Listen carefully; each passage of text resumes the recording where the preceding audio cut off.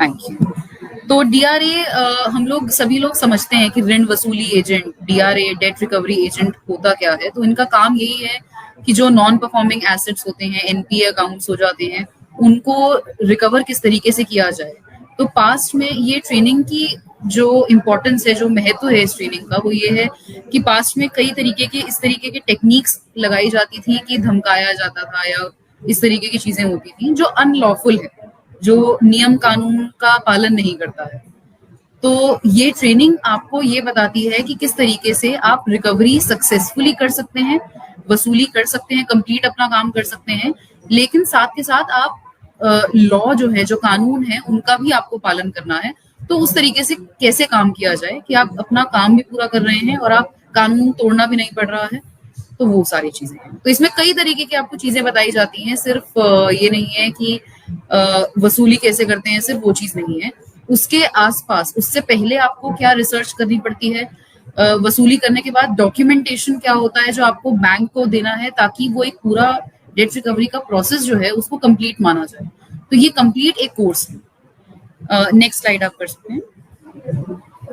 तो इसमें एक डीआरए एजेंट, जो डेट रिकवरी एजेंट है, उसका रोल क्या होता है। कंटैक्टिंग डेटर्स है यहाँ पर, कि आप जिनसे जो देनदार हैं उनसे आप कांटेक्ट कर रहे हैं कि वो किस समय अवेलेबल हैं। तो आज कर सकते हैं आप जब भी उनसे वसूली करने जाते हैं तो आपको हमेशा अपना आईडी वगैरह सब कुछ कैरी करना होता है। तो इस तरीके की कई सारी चीजें हैं। पेमेंट अरेंजमेंट नेगोशिएट करना कि क्या ऐसा पेमेंट प्लान है जो उन पर भी उनके फंडामेंटल राइट्स को वायलेट ना करे, उनके फंडामेंटल राइट्स को तोड़े ना। तो ये किस तरीके से अरेंज करना, अकाउंट्स को मैनेज करना, उन सभी पेपर वर्क पूरा करना। तो ये सारी चीजें सिखाई जाती हैं। और साथ में लीगल और रेगुलेटरी कंप्लायंस, यानी कि नियमों का पालन करना, अनुपालन संबंधी जितनी भी चीजें हैं, वो पूरे पूरे लॉज होते हैं, सरफेसी एक्ट है और काफी अमेंडमेंट एक्ट्स वगैरह हैं जो फॉलो करने होते हैं। तो इन सभी चीजों के बारे में पता होना एक डीआरए एजेंट के लिए, डेट रिकवरी एजेंट के लिए बहुत इंपॉर्टेंट है। तो डेट रिकवरी एजेंट कौन बन सकता है? सीएससी वीएलईज बन सकते हैं, सीएससी एकेडमी के वीएलईज, कोई भी सिटीजन, कोई भी डेट कलेक्शन एजेंसी का जो ऑलरेडी एम्प्लॉय है लेकिन उनके पास सर्टिफिकेट नहीं है, इस वजह से वो या तो जॉब नहीं कर पा रहे हैं, या फिर कई बार एजेंसीज कहती हैं कि आपके पास सर्टिफिकेशन नहीं है, अब आप सर्टिफिकेशन करिए ताकि आप वैलिड तौर पर ये काम कर पाए। साथ ही जो बिजनेस करेस्पॉन्डेंट्स हैं वो भी डीआरएस हो सकते हैं। अब डेट रिकवरी एजेंट के सर्टिफिकेशन के लिए तरीका क्या है? तो सबसे पहला स्टेप जो आपका आता है वो ट्रेनिंग का है। तो ट्रेनिंग आईआईबीएफ अपने आप नहीं देती है, आईआईबीएफ खुद ट्रेन नहीं करती है। आईआईबीएफ एग्जाम लेती है और वो सर्टिफाइंग अथॉरिटी है, लेकिन ट्रेनिंग लेने के लिए उसने कई सारी एजेंसीज को अक्रेडिट करा। इसी तरीके से सीएससी एकेडमी को अभी अक्रेडिट किया गया है, जिसमें हम लोग कंप्लीटली ऑनलाइन ट्रेनिंग लेते हैं। यानी कि आप घर बैठे, आपको कोई सेंटर पर नहीं आना होता है, आप घर बैठे ये ट्रेनिंग ले सकते हैं। आप अपने सीएससी, अगर आपका सीएससी सेंटर है तो आप वहां बैठे ट्रेनिंग ले सकते हैं। तो ऑनलाइन ट्रेनिंग होती है जूम पर हमारी। और 2 तरीके के बैचेस हैं जो आईआईबीएफ की तरफ से चलते हैं। तो आईआईबीएफ ने क्या किया है, आपके 2 कोर्सेज हैं जिनका सिलेबस सेम है लेकिन एलिजिबिलिटी है। तो अगर आप 10वीं या 12वीं पास है तो आपको 100 घंटे की ट्रेनिंग करनी मैंडेटरी है। सेम सिलेबस होता है, बस उसमें आपको समझने में उसको ज्यादा टाइम लगाना होता है। तो 100 घंटे की ट्रेनिंग होती है, ये फुल टाइम, रोज 10 से 5:30 तक ये ट्रेनिंग चलती है और 16 दिन चलती है ये ट्रेनिंग जो आपको दी जाती है। और इसमें अटेंडेंस का बहुत बड़ा रोल है कि 100% अटेंडेंस होनी चाहिए, क्योंकि आप जब 100 घंटे की ट्रेनिंग कर रहे हैं तो वो 100 घंटे आपके कंप्लीट होने चाहिए। इसी तरीके से ग्रेजुएट्स, यानी कि जिनके पास बैचलर की डिग्री है, पोस्ट ग्रेजुएट डिप्लोमा है, नॉर्मल डिप्लोमा नहीं, बैचलर्स की डिग्री मिनिमम है। तो बैचलर्स की डिग्री, उसके ऊपर आपके पास चाहे पोस्ट ग्रेजुएट डिप्लोमा है चाहे मास्टर्स है, वो प्लस है।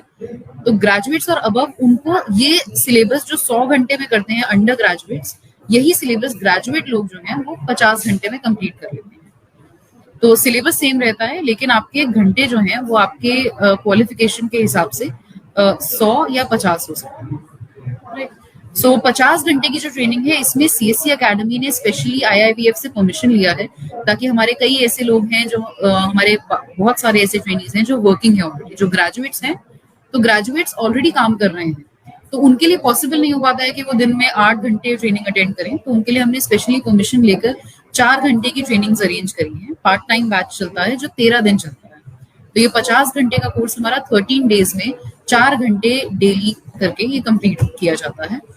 और तो ये आपका पहला होता है जो स्टेप है आपका। इस डीआरए की ट्रेनिंग के अंदर आपको लाइव क्लासेस जूम पर 50 घंटे और 100 घंटे की ट्रेनिंग कंप्लीट करनी होती है, जिसमें हमारे एक्सपर्ट ट्रेनर्स हैं, हमारे फैकल्टी मेंबर्स हैं जो रिटायर्ड बैंकर्स हैं।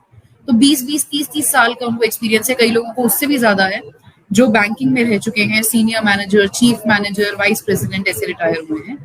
और उनका इतने सालों का एक्सपीरियंस वो हमारे ट्रेनीज के साथ बांटते हैं कि किस तरीके से आप नियम कानूनों का पालन करके एक सफल रिकवरी एजेंट के तौर पे काम कर सकते हैं। तो वो आपको क्लासेस अटेंड करनी होती हैं, टेस्ट होते हैं, जिसका एक शेड्यूल कंप्लीटली आपको शेयर कर दिया जाता है पहले से ही, ट्रेनिंग शुरू होने से पहले। वो ट्रेनिंग आप कंप्लीट करते हैं, साथ में आपको सेल्फ स्टडी के लिए डिजिटल कंटेंट दिया जाता है और हैंडबुक आपके घर पर डिलीवर की जाती है। तो ये कंप्लीट एक ट्रेनिंग का पैकेज है जो आपको कंप्लीट करना होता है। उसके बाद इसका दूसरा स्टेप आता है जिसमें आपको एग्जाम लेना होता है। तो यहाँ पर एक चीज ये है, मेजर चीज, कि आपका एग्जाम, कोई भी डीआरए अपने आप से एग्जाम नहीं दे सकते। तो अगर आपको डीआरए का सर्टिफिकेट चाहिए तो ऐसा नहीं है कि आप आईआईबीएफ के पास जाकर आप ये बोलें कि हमें सब कुछ आता है, हम सिर्फ एग्जाम देना चाह रहे हैं, तो आईआईबीएफ वो अलाउ नहीं करता। आप किसी भी एजेंसी के अंडर आप रजिस्टर करते हैं, ये इस केस में सीएससी एकेडमी, तो आप सीएससी एकेडमी में जब ट्रेनिंग के लिए रजिस्टर करते हैं तो वही इंस्टीट्यूट, वही एजेंसी जहां से आपने अपनी ट्रेनिंग कंप्लीट करी है, वही आपके एग्जाम के लिए अप्लाई कर सकते हैं। उनकी तरफ से अगर कंफर्मेशन नहीं है कि आपने एक ट्रेनिंग करी है तो आप एग्जाम नहीं दे सकते। तो हम लोग एग्जाम के लिए अप्लाई कराते हैं और आपका फर्स्ट अटेम्प्ट, जो पहली आपकी फीस होती है, उसमें फर्स्ट अटेम्प्ट कवर्ड होता है एग्जाम। तो एक आपकी जब ट्रेनिंग कंप्लीट हो जाती है तो उसके बाद आपको एक कूल ऑफ पीरियड मिलता है, थोड़ा सा टाइम आपको मिलता है जिसमें आप पढ़ाई कर सकते हैं, जिसमें आपको बताया जाता है कि आपने ट्रेनिंग कंप्लीट करी है या नहीं करी है। क्वेरीज के लिए टाइम होता है, हमारे फैकल्टी मेंबर्स सेशंस लेते हैं जिसमें आप आराम से अपनी क्वेरीज पूछ सकते हैं, डाउट्स पूछ सकते हैं।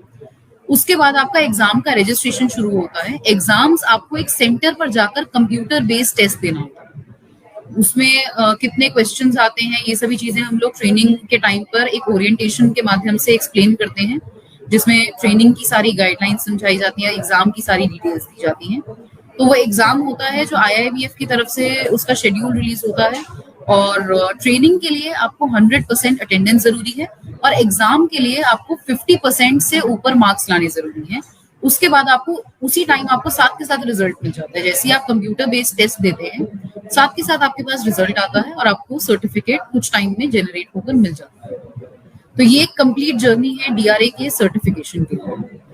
तो अभी जो मैंने डीआरए की ट्रेनिंग की ड्यूरेशन बताई उसे मैं थोड़ा डिटेल में बता देती हूँ। तो ग्रेजुएट 50 आवर्स का जो कोर्स है, फुल टाइम बैचेस भी चलते हैं कुछ जो 8 दिन होते हैं, और पार्ट टाइम बैचेस जो 4 घंटे चलते हैं डेली, वो 13 डेज के होते हैं, 13 दिन के होते हैं। इसी तरीके से अंडर ग्रेजुएट बैचेस, क्योंकि 100 घंटे हैं और क्योंकि उसमें पढ़ाई का लेवल जो है वो थोड़ा डिटेल में जाकर होता है, तो इसीलिए वो फुल टाइम ही चलते हैं और 16 डेज की ड्यूरेशन होती है उसकी। ट्रेनिंग फी, चाहे आप अंडर ग्रेजुएट हैं चाहे ग्रेजुएट हैं, ट्रेनिंग फी सेम होती है, जो 4000 प्लस जीएसटी है, तो 4720 टोटल ट्रेनिंग फीस होती है, जीएसटी इंक्लूड। इसमें टैक्स आपके इंक्लूडेड है, जीएसटी है 18%। इसके अलावा वन टाइम एग्जामिनेशन फी है, तो फर्स्ट अटेम्प्ट की एग्जामिनेशन फी इसी में इंक्लूडेड होती है। सेकेंड अटेम्प्ट के लिए आपको अलग से रजिस्टर कराया जाता है, अगर जस्ट इन केस आप अगर पास नहीं कर पाते हैं एग्जाम। फर्स्ट अटेम्प्ट की कवर्ड होती है, साथ में हैंडबुक आपके घर पर डिलीवर की जाती है। जो भी आप एड्रेस शेयर करेंगे रजिस्टर करते टाइम, उस एड्रेस पर आपको हैंडबुक डिलीवर की जाएगी। जो आपने लैंग्वेज चूज करी होगी रजिस्ट्रेशन के टाइम पे, इंग्लिश, हिंदी या कोई भी रीजनल लैंग्वेजेस, उस लैंग्वेज में आपको हैंडबुक अवेलेबल कराई जाएगी। साथ में एक एलएमएस होता है, एलएमएस यानी कि लर्निंग मैनेजमेंट सिस्टम, जिस पर आपको डिजिटल कंटेंट का एक्सेस दिया जाता है। तो आप ऑनलाइन पढ़ सकते हैं, जो चीजें हैंडबुक में होती हैं उन्हीं को एक तरीके से नोट्स के तौर पर आपको डिजिटली एक्सेस दिया जाता है। तो वो एक तरीके से नोट्स हैं, रिसोर्सेज हैं, जिसमें कुछ चीजों पर थोड़ी ज्यादा डिटेल्स होती हैं, कुछ चीजों को समरी में दिया जाता है, जो आप एग्जाम के टाइम पर भी पढ़ने के लिए उसको शॉर्ट नोट्स के तौर पर इस्तेमाल कर सकते हैं। और साथ ही आपकी लाइव क्लासेस, जो सबसे मेन चीज है, वो है लाइव क्लासेस, जो आपकी 100 आवर्स या 50 आवर्स के हिसाब से डेली चलती है। तो ये ट्रेनिंग का पूरा प्रोग्राम है। Next please. अब यहाँ पर बेनिफिट्स क्या है डीआरए सर्टिफिकेशन आप क्यों करें, ये चीज है। तो एनहांस्ड करियर प्रोस्पेक्ट, पहली बात तो आप एक बार आपके पास एक वैलिड डीआरए का सर्टिफिकेट आ जाता है तो आप कहीं पर भी जॉब के लिए अप्लाई करते हैं तो कोई भी वहां पर आपके प्रोस्पेक्ट बढ़ जाते हैं। एक किसी ऐसे एम्प्लॉय के पास जिसके पास डीआरए का सर्टिफिकेट नहीं है, उसको हो सकता है कि कई बैंक्स मना कर दें कि हम आपको हायर नहीं करेंगे क्योंकि ये मैंडेटरी है रिकवरी के लिए, कलेक्शन फंक्शन के लिए। लेकिन अगर आपके पास एक डीआरए का सर्टिफिकेट होता है तो आपको कंफर्म काम मिल जाता है, तो आपके पास बहुत सारी अपॉर्चुनिटीज होती हैं। इसके अलावा स्किल डेवलपमेंट है, काफी ऐसी चीजें हैं जो हमें नहीं पता चल पाती हैं अगर हम बिना सर्टिफिकेशन के, बिना उस चीज की फॉर्मल एजुकेशन के हम काम कर रहे हैं। तो काफी चीजें हमें नहीं पता होती, हमें लॉज नहीं पता होते हैं, डॉक्यूमेंटेशन किस तरीके से किया जाता है वो नहीं पता होता है, या फिर हमें कई बार टेक्निक्स इस तरीके की नहीं पता होती हैं कि कैसे आप बिना रूड हुए, बिना किसी के फंडामेंटल राइट्स को वायलेट करे आप कैसे उनसे रिकवरी कर सकते हैं, वो सिखाया जाता है। तो कई तरीके की ऐसी चीजें हैं जिनका डेवलपमेंट सिर्फ डीआरए का आप जब फॉर्मल एजुकेशन ले रहे हैं उसी से होता है। इसी तरीके से इम्प्रूव अर्निंग पोटेंशियल है। तो अगर आप अभी करियर आप काम कर भी रहे हैं एज अ डीआरए, आप एम्प्लॉयड हैं, लेकिन तब भी आप जिसके पास सर्टिफिकेशन नहीं है, ऐसा हो सकता है कि आपको पैसे कम दिए जा रहे हो एज कम्पेयर टू अगर किसी के पास डीआरए का सर्टिफिकेट है तो उसके सैलरी जो है उसमें इंक्रीमेंट हो जाता है, सैलरी बढ़ जाती है। क्योंकि आपके पास एक तरीके से ये चीज है कि अगर आपके पास डिग्री है या फिर आप सिर्फ स्कूल से पास आउट हैं तो उनके सैलरी में डिफरेंस होता है। तो आपके पास एक फॉर्मल एजुकेशन होती है, आपने पढ़ाई करी हुई है इस चीज की, तो उसके बाद आपको सैलरी के प्रोस्पेक्ट्स, आपके सैलरी का पोटेंशियल जो है वो बढ़ जाता है। सिमिलरली पर्सनल ग्रोथ है। पर्सनल ग्रोथ यानी कि आपको काफी चीजें इस तरीके की पता चल रही हैं कि सॉफ्ट स्किल्स की इसमें प्रॉपर एक ट्रेनिंग होती है। तो आपको किस तरीके की एंगर मैनेजमेंट कैसे किया जाता है, आपको अपना गुस्सा कैसे मैनेज करना है, कि आप किसी से, क्योंकि बहुत डिफिकल्ट क्लाइंट्स होते हैं, बहुत ऐसे मुश्किल केसेस आते हैं आपके पास जहां पर आप रिकवरी बिल्कुल भी नहीं कर पा रहे हैं, बहुत मुश्किल हो जाता है रिकवरी करना। तो वहां पर किस तरीके की टेक्निक्स लगाई जाए जिससे आप बहुत आराम से रिकवरी कर सकते हैं, तो उसके माध्यम से आपकी खुद की भी ग्रोथ होती है। एज एन एम्प्लॉय तो होती है वो स्किल डेवलपमेंट जो आपकी हो रही है, बट साथ ही साथ आपकी पर्सनल ग्रोथ भी होती है। Next please. तो ये प्रोसेस फ्लो है। तो एक बीएलई के तौर पर आप किस तरीके से रजिस्टर कर सकते हैं डीआरए के लिए, वो ये प्रोसेस है। आप अपने डीएसपी पोर्टल पे, डिजिटल सेवा पोर्टल पे जाएंगे, लॉगिन करेंगे, वहां पर आपको सर्च बार में जाकर डीआरए ट्रेनिंग सर्च करना होगा। तो डीआरए ट्रेनिंग जैसी आप सर्च करते हैं वहां पर रजिस्टर कैंडिडेट करके एक टैब आता है, आपके पास बटन आता है। रजिस्टर कैंडिडेट पे जब आप क्लिक करते हैं तो आपके पास एक पूरा फॉर्म खुलकर आता है, रजिस्ट्रेशन फॉर्म। वहां पर आपको सभी डिटेल्स फिल करनी होती हैं। कैंडिडेट का डेट ऑफ बर्थ होता है, पैन कार्ड का नंबर होता है, उनकी एड्रेस और पर्सनल डिटेल्स काफी होती हैं, और क्वालिफिकेशन के लिए आपको डॉक्यूमेंट्स अपलोड करने होते हैं। तो आप सही डॉक्यूमेंट्स, उसमें फोटो सीधी हो, टेढ़ी मेढ़ी ना हो, ब्लर ना हो, इस तरीके से आप इंश्योर करके डॉक्यूमेंट्स उसमें अपलोड करते हैं अपने सारे। वहां पर चेक बॉक्स होते हैं डिक्लेरेशन के कि आपने सही डॉक्यूमेंट्स अपलोड करे हैं सभी तरीके के, और वहां पे आप कंटिन्यू करते हैं।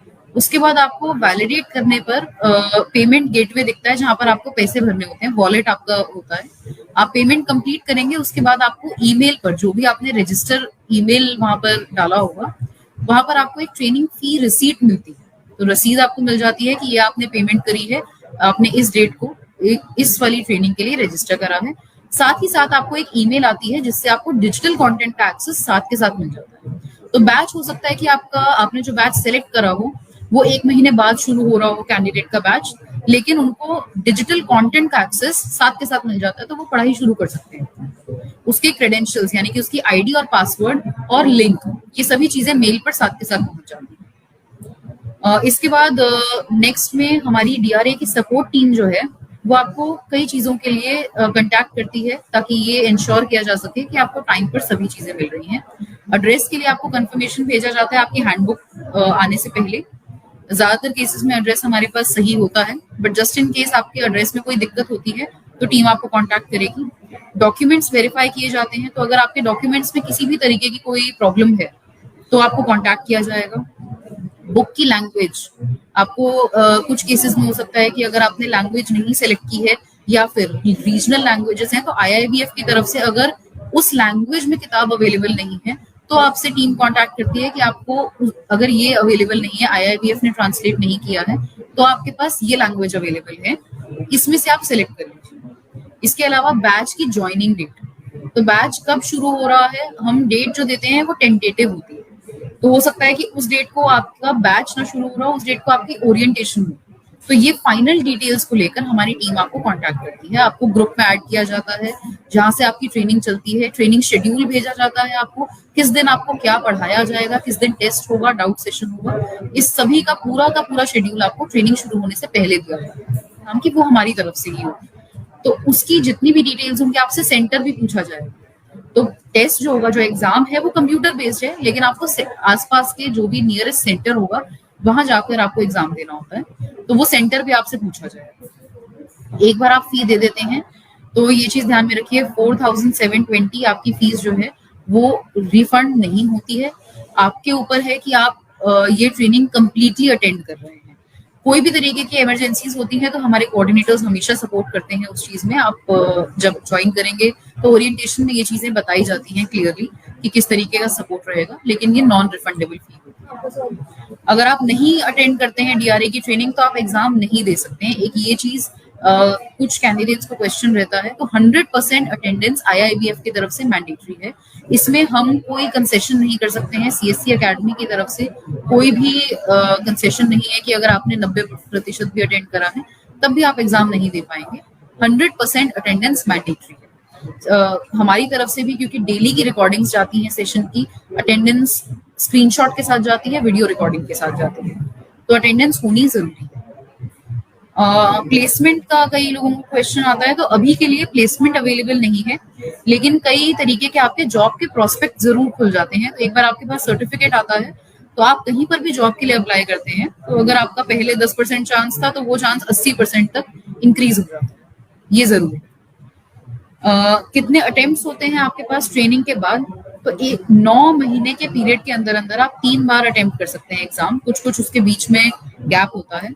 अगर आप इन सभी अटेम्प्ट्स में फेल हो जाते हैं तो आपको ट्रेनिंग पूरी की पूरी दोबारा करनी पड़ती है, तो वो 4720 आपके दोबारा होते हैं। तो अगर आप ट्रेनिंग आपने ले ली है, उस ट्रेनिंग को लेने के 9 महीने बाद तक आप 3 बार अटेम्प्ट कर सकते हैं एग्जाम।